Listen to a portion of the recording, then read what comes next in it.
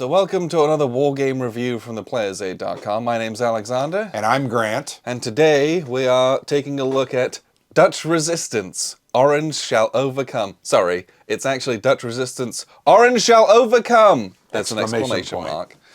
And actually, yeah, it feels like that. Yes. Right? It was pretty exciting. So this is a kind of... Okay. It's like a multiplayer cooperative game set in the Dutch resistance of World War II. However, you can very easily play this solitaire. Yeah. There is 3 different solo kind of modes or options you have. And this would be just as good solo as it is multiplayer co-op. Absolutely. I would say this, and we've played a lot of cooperative board games, war games. One of the best parts about the genre is the strategizing. Yes. Discussions. What am I trying to do? What are you trying to do? How do we work together? One of the cool things in the game is some of the cards that you draw, the negative effect cards, you're not supposed to share that with the rest of the table until it happens. Yeah, so that right? I'm not planning around your negative consequences. But you're still planning around a lot of stuff. Yeah. Based on the board state, based on what you're trying to accomplish, what has happened, what is going to happen. But we love these cooperative games. I enjoy the strategization and the optimization conversations. It's fun. Yes. So this game's designed by Marcel Koehler. He is Dutch, and this is from a company, I think it's his own company, right? A new company, yeah. Called Liberation Game Designs. I don't know if it's plural. Design. He's only designed one. So you are probably watching this as part of the crowdfunding campaign for the second printing of this, because it did really, really well. Sold out very quickly. It had kind of a small expansion with it in that initial printing, and I believe they are planning a new expansion, so check that out. But this was provided to us as a review copy, and this is a paid preview, so just take that for what it will. But the reality is we don't review games we don't really enjoy, so just know that going into it. Had we not enjoyed it, no, we'd be having a very different conversation. Yes. But I really, really, really liked this. It is this great historical, like, war theme going on, but the actions that you are taking are like civilian resistance type actions. You're taking them cooperatively, which is a nice change of pace from a lot of what we do as head-to-head games. And it's not the same as, but it has similar feelings to a lot of other games that I do love. We were talking about things like Elder Sign. Mechanics are totally different. Well, you're not rolling dice but the way that you're talking through things. Something like Arkham Horror 3rd Edition does feel somewhat similar, where you're like moving between locations to take those specific actions and achieve things. Dead of Winter was another one that we talked about from Cool Mini or Not games, mainly because cooperative as well. You're not fighting zombies. That one has that semi-co-op trait. This doesn't have that. Right. But this has that crossroad card effect where you are gaining one of these halt cards. There's a narrative story where you're walking down a road and you get stopped by a guard, and all of a sudden he asks you, "What are you doing?" And you have to come up with there's a choice. Couple of options. And for legal reasons, they're not crossroad cards because that's copyrighted. I get it. but it's the same concept. Yeah, it's your turn, you're doing a thing, you come across a checkpoint, I pull the card, you read the little story, which are great and have nice theme on them, and then I give you these 2 little options, and you just, it's a theme or a feeling choice. Yeah. Do I run away, or do I try to bluff my way through it? And then you pick one of those 2, and there's a whole column of stuff. There's a little narrative of what happens when you try to bluff your way through it. And then there's a set of different consequences based on who it is you're trying to bluff. Yep. And it's all bad stuff. It's great.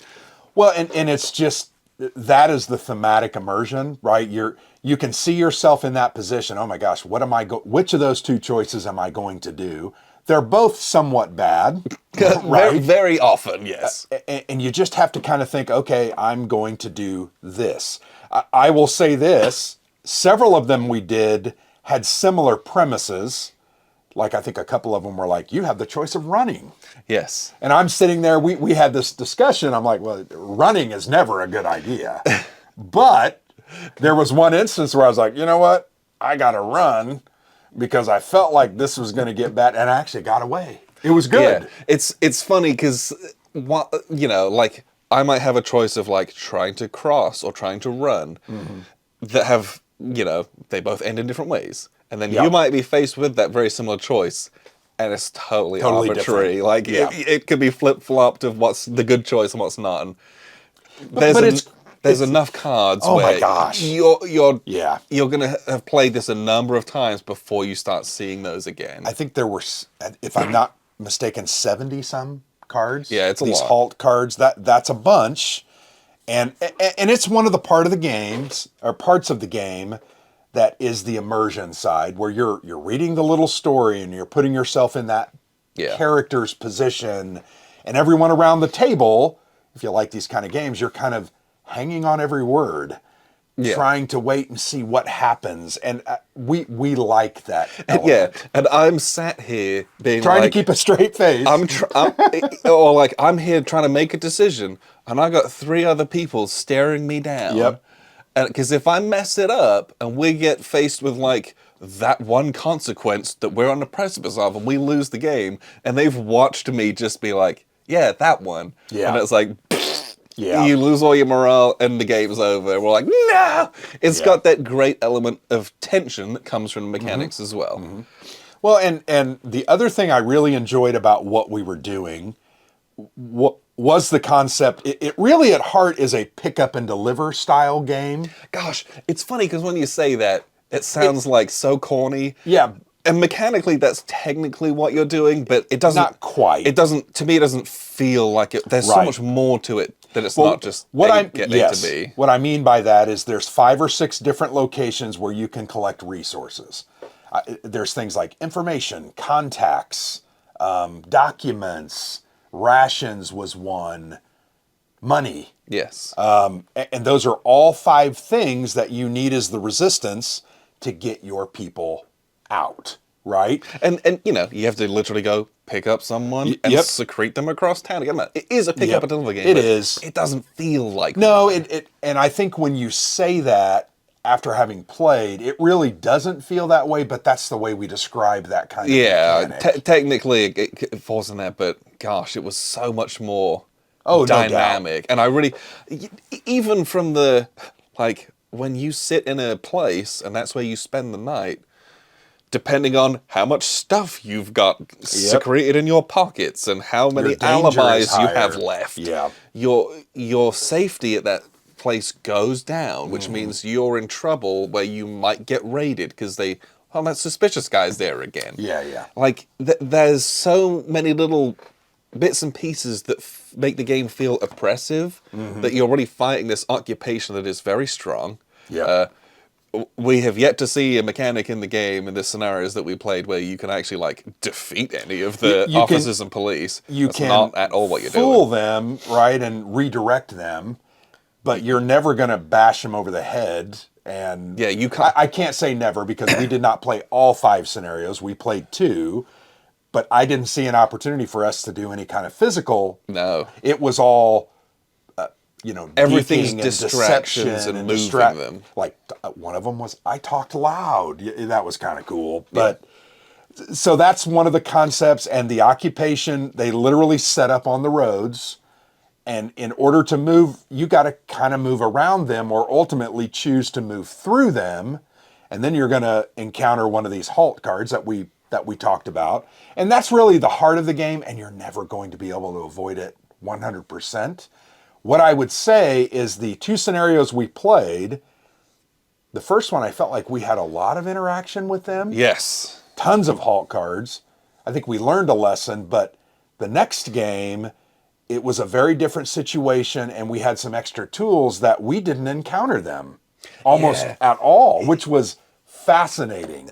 How different the 2 scenarios are that we played Very is different. A huge testament to the design that's gone into this. Yep. Because, it was the map's still the same. Yeah, Yeah. the places are, but like it's still moving around, trying to do similar types of things, but it was wild the experience that we had in each one and how different they were, and it Yeah. was simply from the different people that we were playing, different characters, identities. yep. Totally changed the Yes. focus of what we were trying to do Because as they well. each have a special ability, or special abilities, or a focused ability, and they really were very, very different. And very different. those are really fun to play with and to learn a new person. And then when you're in a group, it's getting the combos of guys Yeah. together. And do these guys even work not only together but in this given scenario? Yep. Because the second one we played, where we're trying to save people and literally get these persona non grata out of the city into their escape places, you can't take them on occupied roads at all. Yeah. So it was a case of, cool, let's get guys with high movement so we can really afford to go around. Whereas in that first scenario we played, our guys had just kind of normal moves, Yep. and you just couldn't spend the actions to go around. Yeah. It was too expensive, or it was Yeah. inoperable. And so just how different that changed the outcomes and the course of a game, even that was fascinating. And there's a ton Yeah. more guys. Yep. There's a ton more, scenarios, and then difficulty levels within each of those, which are going to grossly change it too. Oh yeah, and I think that's there's 5 base scenarios, but then you can do, I think it's basic, right? Yeah, there's basic, normal, difficult, and extreme, Yeah, I think. and we did the basic and the normal. The normal kicked our butt, but that normal was scenario was so tough. difficult. That was very tough. But then we did the basic, and I'm going to be honest, I feel like we did really, really well. So it's Yes. maybe it was the scenario, maybe it was the way we had learned lessons. Well, we were better the second I think time. we had pretty optimal guys For what we were that doing. scenario. Yeah. Which I definitely didn't do on purpose. Sure. Mine was an accident. It turned out to be really good. I'm like, oh, sweet. But I think that's one of the points I wanted to make was 5 scenarios, 4 different difficulty levels for each of those. Yeah. Plus, then I think there's 5 or 6 different characters. So it's Oh, there's more than that, I feel. maybe there was a whole stack. Yeah, I think it was closer to 10. Yeah, but I mean, you multiply all those numbers together, and there's probably about 75 different ways you could play each scenario. Yeah. And that's cool, right? It's a big part of these games is you're going to pay $70 or $80, and you want to be able to replay it a lot and not get tired, or Yeah. where it becomes rote and not that interesting. I think this is one of those games you're going to play, and then you can throw in the player modes, right? 1 to 5 players. We did talk about, we played it 2-player, and Yes. I feel like that's really the sweet spot because you get the most actions. Yeah. And we talked about the more 3, 4, and 5 players, you get less actions. Yeah, so you can't do it all yourself, You got to work more together. which sounds great, but then you end up with multiple guys in areas because they have to kind of share Yep. resources. And then you're going to be found out. Yeah, that means and your rated. safety level plummets. Yeah. Because you just can't all be together. But you would need to be because you don't have the same Because you have to volume share of the actions. resources. So it would be difficult. It would make it much more difficult, but it would make it different. Yeah, but I think that the flip side of that is you having 5 guys around a table have 5 sets of those unique actions, Yep. which might offset some the of that. difference. So Yep. it would be cool to see, that's for sure. Yeah. One of the other things I really enjoyed about the game, there's a lot of the resource management. It's the resources in the form of, I already mentioned that, the rations and the papers, but it's also managing your morale level, because you can lose the game when it goes to 0. Oh, you can. Yeah, You will. You will.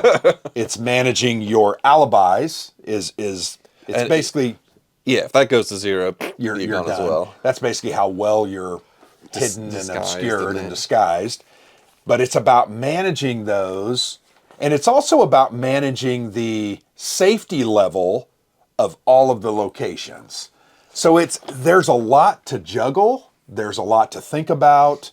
And that makes, in my opinion, for a deeper, more engaging, more meaningful play experience. Yes. If I was just chucking a bunch of dice, that's still fun. That has its merit, but I like these ones, and I think that's more thematic in this one. Sure. Where, it's people getting together to figure out how to do it.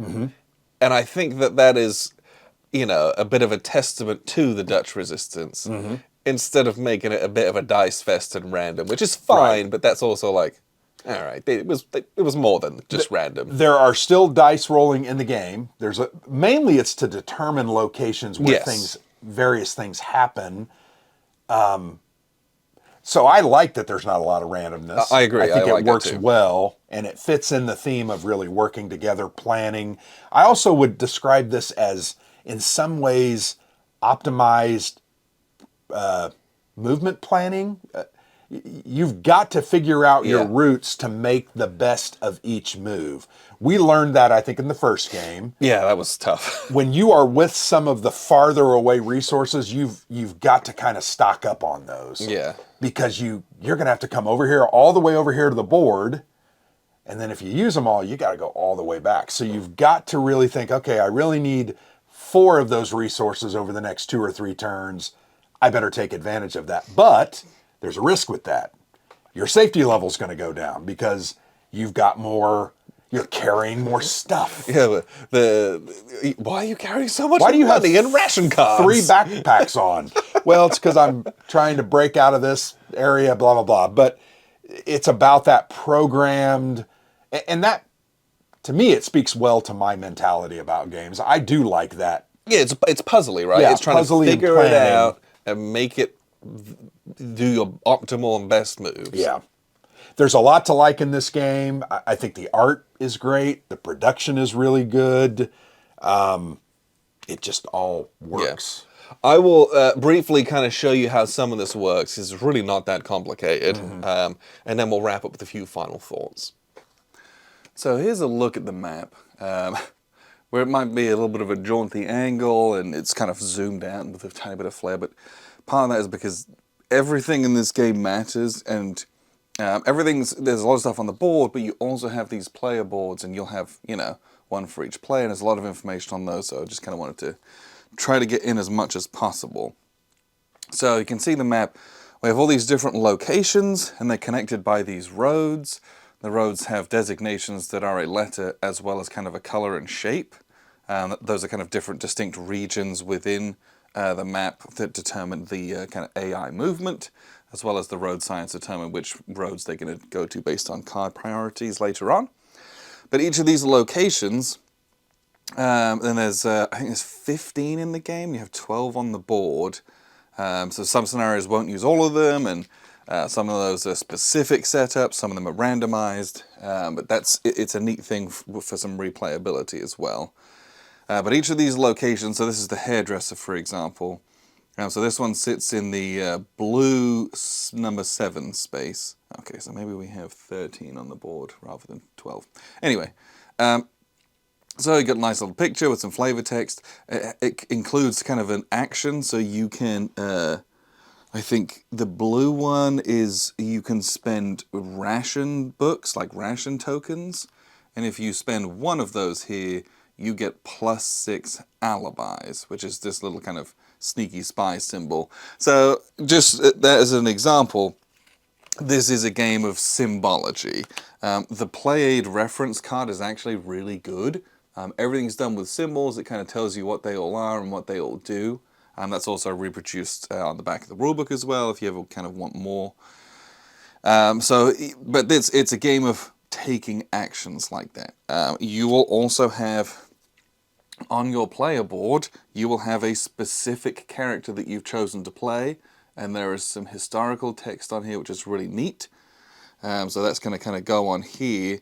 And it gives you an indication of what this character is good at. So this character is good at, this is the safety icon. This character's going around making places safe. He's really good at that. They have 3 corresponding character cards. This is the cards you're going to play with. And on here it has these, this is the generic action symbol, take an action. It can be from this menu of actions that you've got here, or one here. Or you can play this bottom half, which is specific to you and specific to this card. So this one's preaching, where you can toss in some, the yellow one is contacts, gain morale for the whole place, and then bump up safety in a couple areas as well. And if you happen to do the preaching in the church, it's even stronger where you get 6 morale instead of 3, right? So that's kind of a special thing he can do. There's ones where you get an action and you get to do all this cool stuff as well. And this one is like bump up safety, then move, then bump up safety again. So that's like doing 3 actions with 1 action. So these are really strong. You're going to want to be doing those. And they have good flavor to them as well. And I will tell you, we've played... Okay, since I'm actually recording this little part of the video separately. We've actually played it 4 players since, so we've played it 3 times now. The 4 player was awesome, so if we had any concerns about those are washed away. The 4 player was really, really good. But what I mean by that is that we've also seen now 8 characters total out of the maybe 10 or 12 that are included. And I will tell you that they all feel very different in what they can do, and I really appreciate the difference in those. But on your turn, you have to play all 3 of your cards. So minimum, you're going to get 3 actions plus... Everyone has this and, so you get kind of a double card. So you're going to get at least 3 actions. A lot of the times you can do lots of different things. Like this is effectively 3 actions on this card alone, right? You're going to do lots of stuff. There's also, on the other side of the board, these generic actions, these additional extra ones. And let me flip this over. At the beginning of each round, you are going to flip over how many kind of level with your morale value. So as morale plummets, you will at the start of the next round only have 2 additional actions. This isn't instantaneous, so if your morale drops, you don't lose the actions immediately, but you might do all your cards and a bunch of stuff. You might spend another one of these because you're really need to get something done. But you're also sharing with the group, so you don't want to hoard them all. And it's, you know, gives you some leeway. But as your morale drops, you have fewer of those, and you will feel that pinch as well. But it's a game of trying to fulfill your scenario objectives. Now, what are your scenario objectives? That's a great question. Because, and it's kind of hard to show, so I don't really have a scenario set up here because they are all so crazily different. So the first one is kind of expanding the network. And this one, they're all of these locations are face down. So they're grayed out. They still have the action printed on them. You can't take it, but it's there to tell you what it will do when it's face up. And all of these are grayed out apart from like 1. Or no, it's apart from like 2 or I think 3 or 4, and you have to go out, and there'll be these cost tokens on here, and some will be face up, and you have to. It's essentially at that point a pick up and deliver game. You have to collect a green, blue, yellow, red resource from all across the map, bring them here, and then you'll be able to flip this one over. And in that game, you're establishing your network of the resistance. So you have to flip them all over by the end of the game, basically. So that first scenario is pretty traditional pick up and deliver game. Now, the fun stuff is when you have to travel from the printer down to the meeting place. Well, you can see there's this little police officer here. And on one of these roads here, for example, there's this green one. He's a soldier. He's even worse. So every time you cross one of these borders, you have to draw a halt card, right? You have to stop at the checkpoint on the road, and you have to get past it. So if I'm doing this, then the player to the right of me is going to draw one of these, and if you've ever played Dead of Winter, the Euro game, not the Great Battles of the American Civil War game, you'll recognize this kind of thing. This is a crossroads card, effectively. So you'll have this narrative story read to you, and then there's some blind choices that you have to make. And then, depending on what you choose, there's a resolution, and that resolution differs between the 2 choices in columns, and then the results are if it's a police officer stopping you or if it's a soldier stopping you. If a soldier stops you, it's always worse. So, for example, I'm just going to read the flavor text because I really like it. So this is card number 21, Patrol Dogs. The patrol nearby is using dogs to sniff out fearful people to get intelligence. They will definitely notice your fear if you keep this piece of paper with important information. You can quickly tear it apart and throw it away, or see if you can keep your nerves under control and conceal the paper. And so the question is, will you destroy the piece of paper that you're carrying, or will you try to conceal it? And most of the options in these are not good. And there's a theme in this. So if you attempt to destroy it, it's like, oh, you decide to tear the piece of paper into tiny pieces and quickly dispose of it as inconspicuously as possible. You should feel much safer now. But you know that some important information is lost forever. The dogs shortly stop next to you, but then continue. So in this one, you gain an alibi because you retain your secrecy, which is good, but you lose 1 morale overall, and you lose an information token if you have one, which is not great. But if you had chosen to conceal yourself, it says, you keep the piece of paper. It contains information vital to the resistance. You can't destroy it. You just have to pray you can hold your nerve. You manage to pass the dogs without showing too much fear, and you lose 2 alibi. Alibi is really bad to lose. Morale also bad to lose. Why are those bad to lose? Because this is a cooperative game. You are all working as different resistance members trying to achieve the scenario goal. However, you lose a couple of ways. You lose if the group's morale gets to 0, so you don't want to lose morale, but you also lose, and I will pick up the player board here, we have this alibi track here, which kind of starts anywhere from 8 to 10, or lower if you're doing one of the harder difficulties. If your alibi ever goes down to 0, you get caught and arrested, and are probably going to rat out your friends, and you lose. The whole group loses the scenario if any one of you has your alibi reduced to 0. So you can see from that, alibi -2, not good, but also morale -1, also not good. But if that had been a soldier, you'd have morale -3 or alibi -4. Really, really bad. So there's a bunch of these on the board, and they're going to move around as well during the patrol phase. However, you can try to mitigate that. So obviously you're going to try to move on these clear roads to avoid them, but that might be less efficient and you don't have enough actions to fuel that. Or you can do things like trying to go to the Forger, which, do I have it on the board? No, I don't. That's pretty funny. You can go to the Forger where you can toss in some resources to buy an Ausweis. And an Ausweis allows you to move through a patrolman and not have to draw one of these. And then you flip over the Ausweis and you get some morale and some information as well. So you get some cool stuff out of that. However, like all things in these games... Oh, we do have a Forger. He's down here. Hey, he was down tucked in the corner. So you can toss in some money to get an Ausweis and some morale down there. So you can get one of these, which makes it easier to travel. But typically, if you're going and doing those things, that's extracurricular to the scenario. So you have to weigh up, is it worth the time and action investment to go and get the resources, go get an Ausweis, to then go and make that, actually start contributing to the scenario. So tons of decisions to be made in there. But these little stories and the tension that come from that and the decisions you make are really, really enjoyable, that's for sure. So the different scenarios themselves, so we had this starting one, which it's not, I didn't show it well, but where you're trying to flip these over. Then scenario 2, which we played, is Arbeitseinsatz, and this is one where you have a bunch of these people who are hiding. So you're going to think these are, refugees or persons of interest from, from the occupiers, and they're going to kind of pop up on the map, and each of those tokens has a starting location, so they might be in the distribution office, and they'll have an ending destination where they have to go. You have to take them down to the cafe. Well, that's not very far. However, they will also have a cost token, because it costs... you got to bribe people, you got to get them some food and water, you got to get them new papers so that they can pass freely.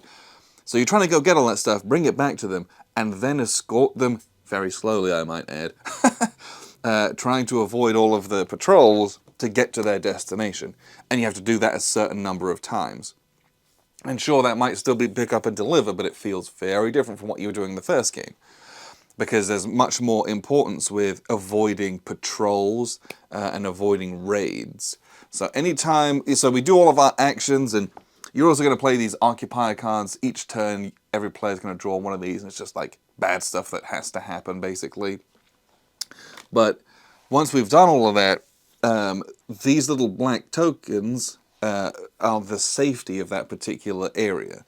If I'm sat in this area at the end of a turn, and let's say my alibi has gone down a bit and I'm at 6, you can see I've got this -1 safety.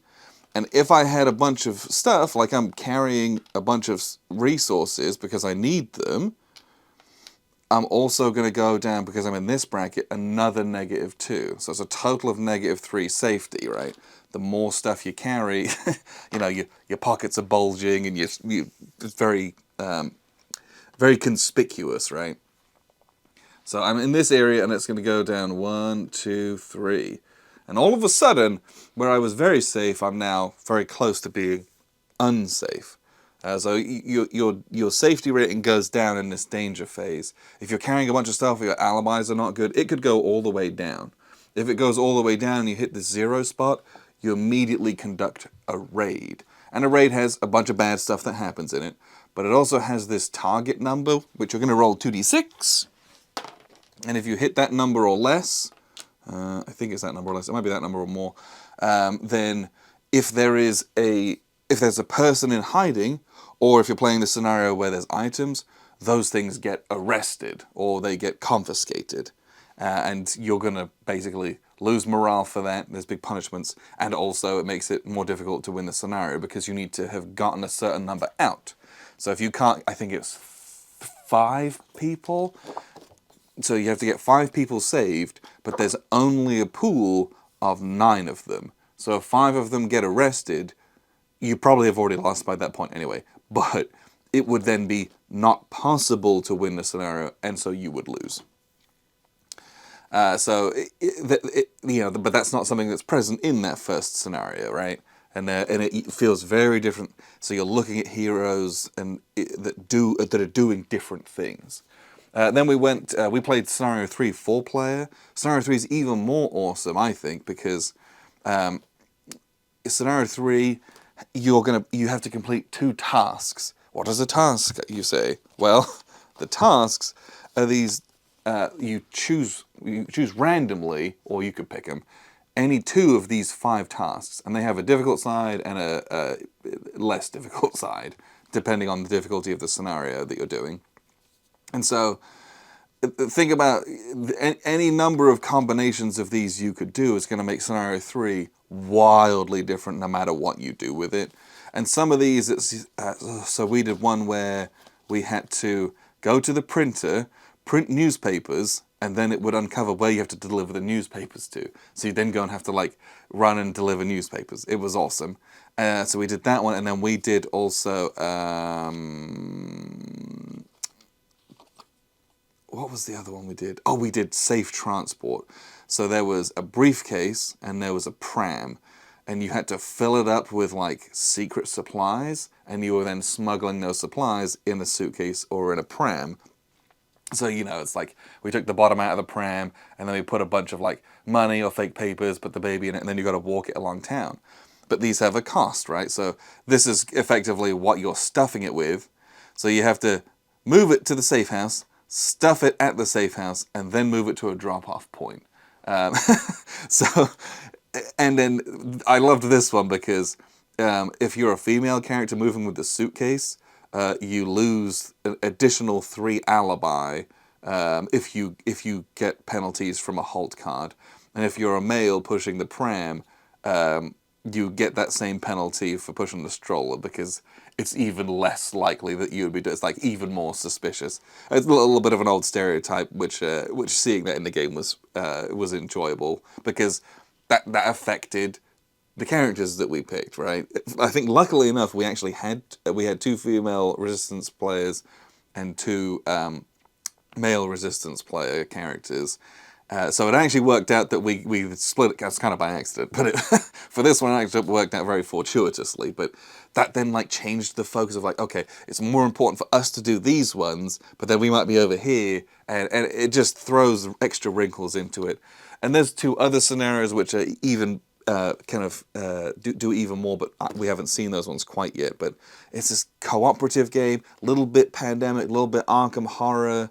A little bit all those kinds of games where it's moving around, working together, trying to get things, keep things safe, stop yourself from being raided, stop your morale going down, but you have that unbelievably fun, like the enjoyable, tense narrative of the game. And when you win, it feels so good because this is also an extremely challenging game, is what I would say. So we played our first one. We played on a normal difficulty, and we beat it. No, we didn't. We got crushed. Yes, we got absolutely dominated. We lost very badly. Uh, we did the second one. We did it on the basic difficulty, and then I think we also may have played with the easy side of the board, which is less punitive, basically. And we kind of walked over that one. We had extremely good characters for that, and it worked really well. And then we played scenario 3. We played it on basic difficulty again because we were showing it to new players, and I don't want to just get crushed after 2 turns. That's not fun. And 2 of us were on easy side, 2 of us were on the standard side of our player boards.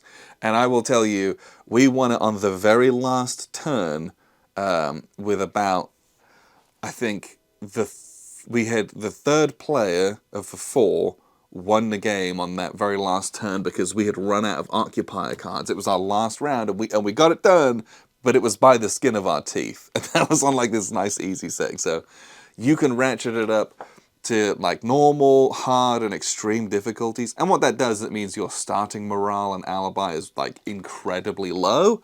So you're closer to losing, and you also have fewer extra actions. Your alibi is worse, which means you're incurring more danger. Your safety is going to plummet much quicker. But also it puts out more police and more soldiers, so it's harder to move on the board. You're going to see more of these, which typically have more penalties in them. And I will tell you, unbelievably challenging. So there's a lot of space to ratchet the game up, but that's basically how the game plays. There's a lot of details with each different scenario, with different things going on, but they feel very different. But that's kind of how it goes. What we'll do is we'll wrap up here with a few final thoughts. So that was a look at the game. I had a blast playing this. I think we like these kind of co-op style games as well. Mm-hmm. It's a nice change of pace. It's rare that I've played a co-op game that I didn't like. Yeah. Especially ones where we've done them here. There's some outside ones which maybe haven't been as good, but I think the ones that we play together, we're a bit choosier about them. Yeah. And we're usually having a really good time with them. Was this part of the Zenobia Awards a couple of years ago? I'm not sure. I feel like potentially it was one of the. I don't think it was a Consim Game Jam, but it came out. I feel like this came out of something, and if it didn't, I apologize. But I'm pretty sure that I have remembered that it did.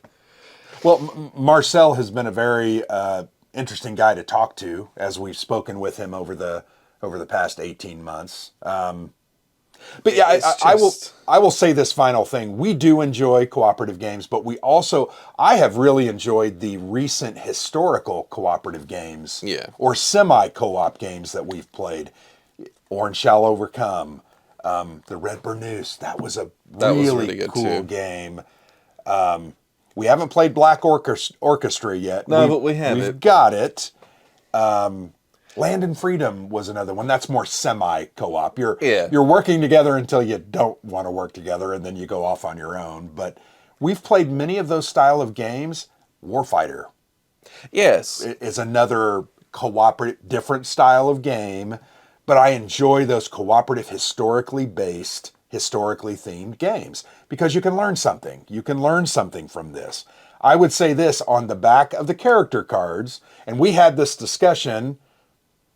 They seemed autobiographical of real people. I am almost 100% positive that they are real people. Okay. They got all the... Well, they've got a description there. You see characters... I don't know. Maybe they're... They definitely call them characters, though. There was a lot of detail. There was a lot of depth in their backstories, even in just 3 or 4 little paragraphs. Like a level of detail where it's like... The guy lived to 101 and died in 1989 or whatever it was. Could this be made up? Yeah. So I feel like it read like it was not a made up, like it was an actual, someone's actual biography. Well, that's maybe something we need to ask Mark. But then in the back it calls it character information. Sure. But I don't know. So is that just the name they gave? If they're real people, amazing. And if they're not, you did a really good job. Even if they're not, I'm sure that's based on representative of these people who resisted, right? And I know I'm an American, you're a Brit who's now an American. We've never had to experience that. No. But there's many, the Polish, the French, all these little resistance movements in history have really made a huge difference in helping those powers, those occupiers, be overcome. Well, and the Dutch resistance is one that's very, very interesting because it was unbelievably dangerous and very hard. Yeah. And the reprisals were pretty awful. And is that because the Dutch are semi, Germanic peoples and they expected loyalty? You know what I'm saying? I don't know enough about that. All I Yeah. know is that the German occupation was extremely brutal. Well, I and feel like it was in France too, but yeah, it was. But I think I Here don't it know. was even worse. But it's also, I think it's one of those things that people. But if everyone talks about the French resistance, right? That's the one thing we know about. Yeah. I think the Dutch resistance isn't something that Well, has a light shed on it, and that's why this game is so great. And I'm glad this game was put out because it's something I've learned a little bit, had my interest piqued, and I'm looking forward to the expansion. We have not been given the details of that expansion, but man, I could think of any number of different types, more scenarios, more characters.